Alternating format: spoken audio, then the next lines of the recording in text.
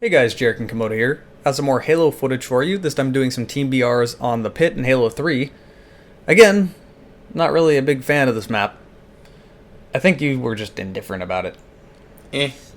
Played it. I wasn't too thrilled with it.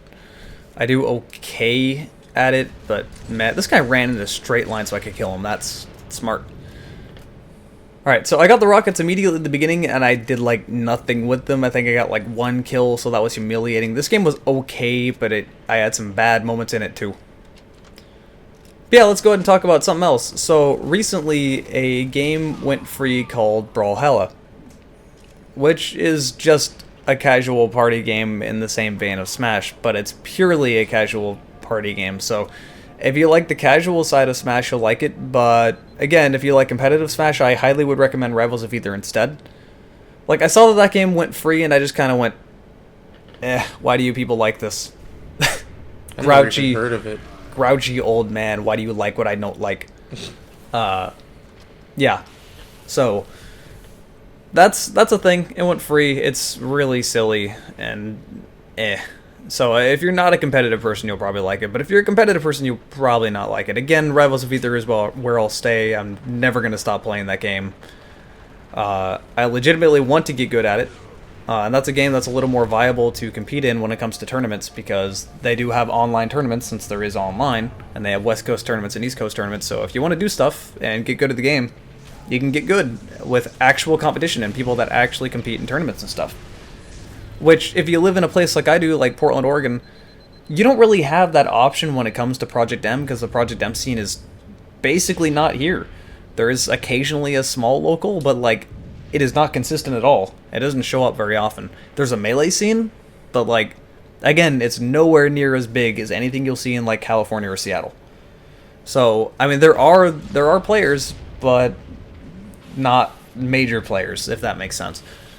So, you know, it kind of sucks, but hey, at least I have some options now when it comes to Rivals of Aether. And when it comes to Rivals of Aether, I think for me that game just works better.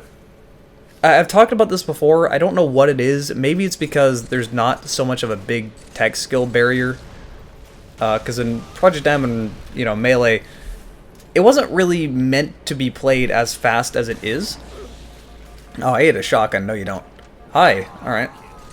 It wasn't meant to be played as fast as it is in ways that it is. Like, wave dashing, they knew that was a thing, but they didn't make any attempts to get rid of it. But the engine was obviously not made to do that.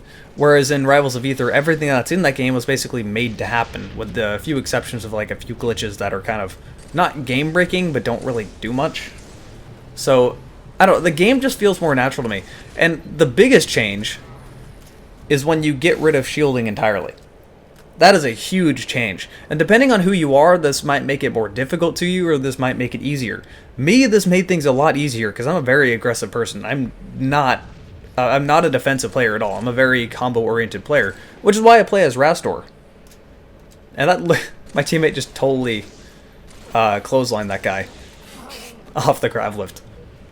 But yeah, I'm not a defensive player at all. I think you personally struggled a little bit more with that, the fact that you can't shield.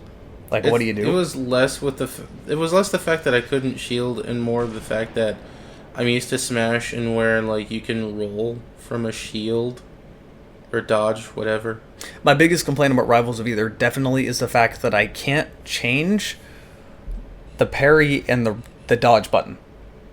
That drives me absolutely insane.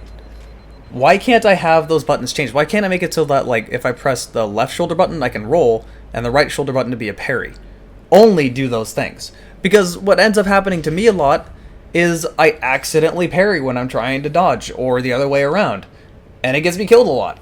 It's like, because after you do a parry, you just stand there like an idiot, even though you're trying to roll out of the way. So it's really obnoxious that I can't do that. And their reasoning for not letting you do that is apparently so you can't immediately parry out of run, which I understand why that would be so overpowered. But I'm sure you can come up with a way to make it so the game wouldn't let you do that. So, I don't know. That's annoying to me, personally. I don't know about you, but I personally I'm very happy with the fact that there's no no rolling. I'm happy with the fact that there's no shielding. Because I'm all about combos, as I've said. And if you give me shielding, Okay, if someone's absolutely ruining you, you'll have a tendency to want to sit in your shield. Because what can you do? You're getting wrecked, you know? Like, what else are you supposed to do? And this will force you to try to move around a little bit more. It gets me in the right mindset. Because a lot of the time I find that people aren't actually that much better than me when they're beating me, and it's just a mental, like, I need to actually try. Instead of being like, well, that guy took a stock off me real quick, I guess I'm fucked, you know? You still have 2 other stocks to work with. You can still do the same thing back. There's a lot of mental game when it comes to Smash. Aw. Damn, you got both of us with that grenade. I think their own team threw that power drain. Thanks, I guess. That's one of the reasons. Okay, so sniper towers and sword. Those are the reasons I really don't like this map. I basically just don't go over there, usually. I mean, I have been a lot this game, but I normally don't go over there. Because it's just so open, and it's almost a death spot, and if you try to approach someone in that sword room, unless you have rockets, you, like, can't do anything about it. Or shotgun. So, I don't know. I just don't want to go over there. I'd rather just avoid snipers, and rather stay in the back and deal with battle rifle instead. But yeah, I actually didn't plan on talking about, like, Smash-related stuff this entire game, but again, I would really like to reiterate, look at more Rivals of Aether stuff. Seriously, don't try to discount it just because it's a pixel game. Pixel graphics aren't the death of a game. The gameplay in that game is very deep, and there's a lot to learn. And it is definitely a difficult game to get into. I'll say that much. The learning curve is huge, and depending on who you are, you'll either hate it or you'll love it because of that. I love it, even if I get my ass kicked sometimes. And I've noticed... So, you know, it's Christmas, right? All these people have been getting new games. It's the noob harvest. I've noticed a lot of as I've been playing Rivals of Aether that I will either consistently be 3-stocking someone, or they'll be pretty damn good. I rarely come across someone that's like perfect on my level of skill. Usually I come across people that are just either god-awful or really good. I occasionally come across someone that can, like, you know, I'll 2-stock them, but it'll be like a high percent 2-stock, so it's not like I'm completely destroying them. But it's still not really close. I recently came across someone named... Man, that guy went flying. I recently came across someone named Turquoise. If you play Rivals of Aether, you know who this is. I believe 6 people recently got sponsored for Rivals of Aether, so it's now an esports thing. So it's officially a competitive play this game. Turquoise is one of those people. He is the first Orcane that was sponsored. He's really damn good. I came across him in one match. He 2-stocked me. He had, I think, like 70% 2-stock, which, all things considered, for someone that plays pro and I don't, that's not too bad, you know. I expected to get completely destroyed. I didn't do awful. And then he left out of the first game, so I figured he must not think I'm good enough to stick around. I don't know how I died here. This is dumb. I didn't hear a grenade land anywhere near me, but apparently a plasma landed, like, right next to my feet. But, like, I didn't see it, I guess. Like, where did that come from? Come on. That was really angering. I got cloak and sword, and fucking plasma killed me like that. Ugh. But yeah, I think you don't really have too much interest in Rivals. I mean, you have interest in Rivals, but I feel like your mindset's like, I'm never going to be good, so why bother? That's Smash. Like, Project M, yeah, no, I'm not going to touch that. Never again. Rivals of Aether, for me, the problem is, when it comes to playing that game, I only run into 2 people. I run into the person who's so good that I just can't touch them, or I run into the person that I can't touch because they're lagging all over the place. Like, okay, the lag in that game doesn't usually work like that. The lag in that game usually works as in your frame rate is now 2 frames per second.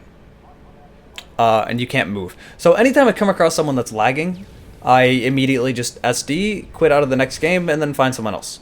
So, yeah, I cannot deal with any amount of lag.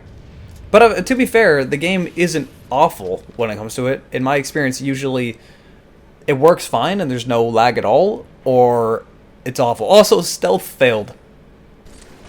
Fuck. But yeah, it's usually the lag is so awful I can't play it, or there's like no lag at all. well, I also get 2 different types of lag. I get the frame rate lag, which just no. And then Input lag is just as bad. Yeah, that's the other kind. It's the input lag. I can't play like that. Yeah, it's all peer-to-peer, so that's what's going to happen if you have any bit of lag.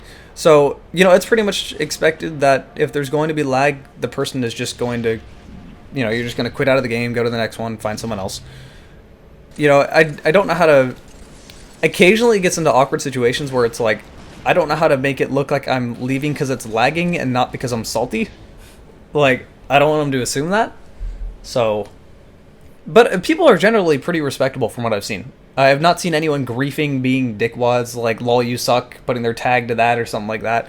For the most part, I've come across someone, I played, 4 sets with them the other day. The first one was pretty good. We were kind of going back and forth. He won more of the sets than I won, which was frustrating to me, but, I found someone that was decent I could get better with. And then the last set, he jumped in, he set his tag to just GG, and then started committing suicide just to say bye, basically. I ran into one guy that trolled the hell out of me. His name was literally just one move, and he beat the crap out of me only using down airs. I felt so stupid. What character? Forsburn. That's easy then, yeah. Forsburn has a stupid huge hitbox that makes me annoyed. But hey, we're out of time. We'll talk about this another time. So for now, enjoy some Halo, and I'll see you guys next time.